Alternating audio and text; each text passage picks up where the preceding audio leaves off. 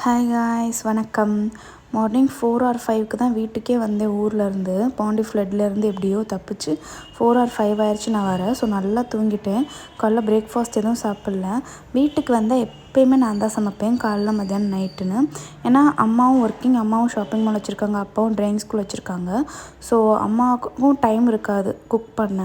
ரொம்ப அவங்களுக்கு கொஞ்சம் உடம்பு முடியாதனால அவங்களால குக் பண்ணவும் முடியாது, ஒர்க்னே போயிடுவாங்க.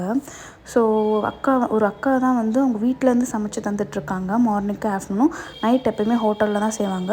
ஸோ எப்போல்லாம் நான் வரேனோ என்னால் முடிஞ்ச அளவுக்கு நான் வந்து சமைக்க ட்ரை பண்ணுவேன். அதுவும் இல்லாமல் 6th ஸ்டாண்டர்ட்லேருந்து நான் நல்லாவே தான் சமைப்பேன். பாட்டிகிட்ட கேட்டு கேட்டு அப்படியே சமைக்க கற்றுக்கிட்டேன். ஸோ நல்லாவே சமைப்பேன். அதனால் எப்போ நான் வீட்டுக்கு வந்தாலும் நான் தான் சமைப்பேன். ஏன்னா எனக்கு அதில் ஒரு சாட்டிஸ்ஃபேக்ஷன், லைக் அப்பா அம்மா தம்பி நான் வரப்போலாம் நல்லா சாப்பிட்றாங்க அப்படின்னு சொல்லிட்டு. ஸோ எத்தனை பேருக்கு இந்த மாதிரி வீட்டுக்கு வரப்போலாம் அம்மா சமைச்சு தரதை சாப்பிட்டு படுத்து தூங்காமல் நம்ம அம்மா அப்பாவுக்கு சமைச்சு தரணும்னு தோணுன்னு தெரில.